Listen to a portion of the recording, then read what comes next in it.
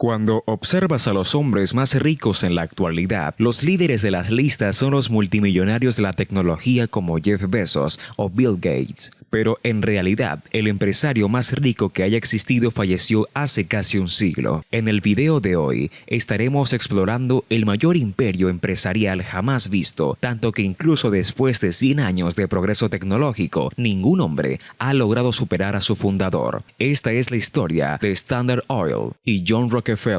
Los orígenes del mayor monopolio petrolero de la historia en realidad es bastante humilde. Todo empieza en 1839 con el nacimiento de John Rockefeller en el norte del estado de Nueva York. Era el hijo mayor de un comerciante ambulante, quien se identificaba a sí mismo como un médico botánico, pero en realidad vendía el equivalente del siglo XIX de medicina homeopática. Pasaba semanas fuera de casa y de hecho tendría varios hijos con otra mujer, a quien decidió llevar de vuelta a casa con su esposa para que todos pudieran vivir juntos. En este hogar muy confuso, John crecería aprendiendo cómo persuadir a la gente para obtener el mejor trato posible y cómo sacar al máximo provecho de cada centavo que recibía. Su familia rara vez permanecía en un lugar por mucho tiempo, y John viviría este estilo de vida nómada desde que tenía 3 años. Para ayudar a su madre, John ganaría dinero criando pavos o haciendo trabajos para los vecinos. Su inteligencia se puso en buen uso cuando la familia se mudó a Cleveland, Ohio, en 1854, donde tuvo la oportunidad de asistir a una escuela adecuada. Pero menos de un año después, John abandonó la escuela para trabajar como contador en una tienda de productos locales. Todo esto a cambio de ganar 50 céntimos al día, lo cual obviamente no era mucho en ese momento. Así que ayudaría a otras empresas en el lado. Pero después de 2 años trabajando allí, sus jefes se negaron a darle un aumento significativo, así que decidió superarlos iniciando su propia intermediación de productos. Gracias a su reputación, obtuvo un préstamo de 4.000 euros, una suma enorme en ese momento.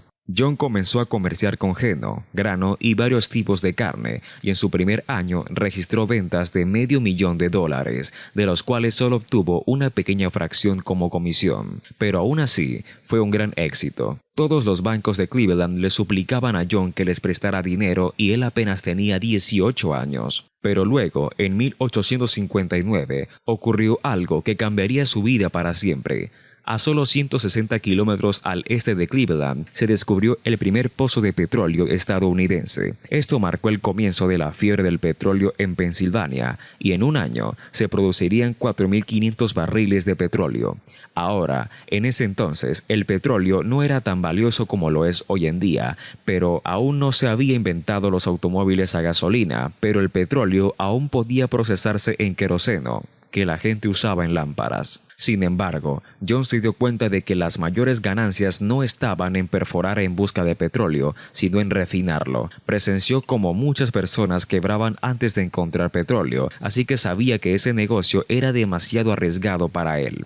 En cambio, dejaría que otros se molestaran en encontrar el petróleo y él simplemente lo compraría por ellos. John tuvo que esperar hasta 1863 para que el gobierno construyera una línea de ferrocarril conectando los campos petroleros de Pensilvania con Cleveland, pero cuando se construyó esa línea, John estaba listo para ello con una larga lista de socios y bancos listos para respaldarlo. También reunió un equipo de químicos e ingenieros experimentados, quienes no solo optimizaron el proceso de refinación, sino que también descubrieron varios usos para los subproductos de la refinación del petróleo. Las primeras refinerías en Cleveland solo podían operar alrededor del 60% de eficiencia, pero John no solo aumentó ese porcentaje, sino que también comenzó a vender todos los subproductos, como la cera de parafina, el alquitrán y el nafta. En 2 años, la refinería de Rockefeller valía más de 70.000 euros y era una de las más grandes de Cleveland, pero John no había terminado ahí. En 1865 habían 26 refinerías competidoras, pero en 5 años John había adquirido casi la totalidad de las empresas competidoras a excepción de 4.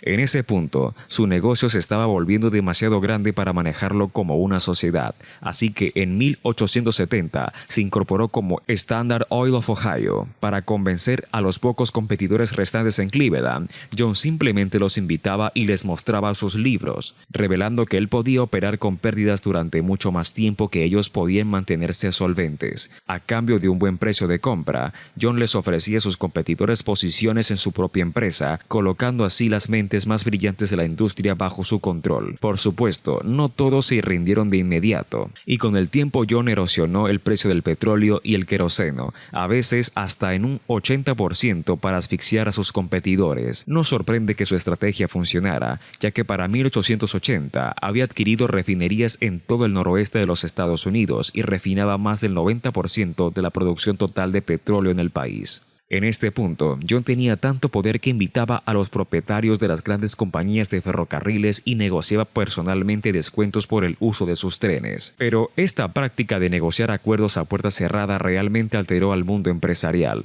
En ese momento, y hasta cierto punto hoy en día, la mayoría de los bienes industriales se transportaba por ferrocarril, y muchos grandes industrialistas se preocuparon de que el abuso de los descuentos en el transporte por parte de John pudiera resultar una monopolización similar en sus industrias. Durante la próxima década, empresarios, políticos y los medios de comunicación atacarían a Standard Oil con una ferocidad creciente. Los legisladores en Ohio comenzaron a redactar regulaciones antimonopolistas para derribar a Rockefeller, pero él siempre estaba un paso adelante. En 1882 se reincorporó en Nueva Jersey, esta vez creando el Standard Oil Trust, que a su vez tenía participaciones en más de 40 empresas locales. Luego, para mostrar su éxito, John construyó una impresionante sede para su empresa en Broadway. Este momento fue el punto culminante de Standard Oil de Rockefeller. Poseía 20.000 pozos de petróleo, más de 6.000 kilómetros de oleoductos y empleaba a más de 100.000 personas. Sin embargo, su control sobre la industria del petróleo se estaba debilitando, tanto en el país como en el extranjero. Se habían descubierto enormes depósitos de petróleo en Rusia y Asia, y estaban siendo desarrollados por la familia Rothschild, que no escatimaba esfuerzos para llevar ese petróleo a América. Peor aún, en 1890, el gobierno federal aprobó la ley Sherman Antitrust, que finalmente le dio a los políticos los recursos para ir tras el Standard Oil Trust en sí. Por supuesto, la estructura legal compleja detrás de todas las empresas era muy difícil de investigar, razón por la cual el gobierno realmente no pudo desmantelar Standard Oil hasta 1911. Para ese momento, John Rockefeller había cobrado y ya no estaba gestionando activamente la empresa. En los últimos 20 años de existencia de su empresa, había pagado más de $500 millones en dividendos. Según algunas estimaciones, el valor real de Standard Oil en su punto máximo era de €1 billón, por lo que la desintegración realmente no sorprendió a la mayoría de la gente. En 1911, la Corte Suprema encontró culpable a Standard Oil por prácticas anticompetitivas y dividió la empresa en 34 entidades separadas. Por supuesto, John Rockefeller mantuvo su participación en esas empresas hasta su muerte, y de hecho, resultó que la desintegración fue el evento más rentable de su vida. Con el tiempo, muchas de esas empresas se fusionaron entre sí nuevamente. Hoy en día, la mayoría de los restos de Standard son parte de ExxonMobil, Chevron o BP, que desde entonces se han convertido en empresas increíblemente grandes por derecho propio. La propiedad de John Rockefeller en estas empresas sucedoras lo convirtió en el empresario más rico que haya existido, con un patrimonio neto estimado de $400.000 millones. Incluso hoy en día, nadie ha superado a Rockefeller en el ranking, ni siquiera Jeff Bezos, que parece probable que lo logre.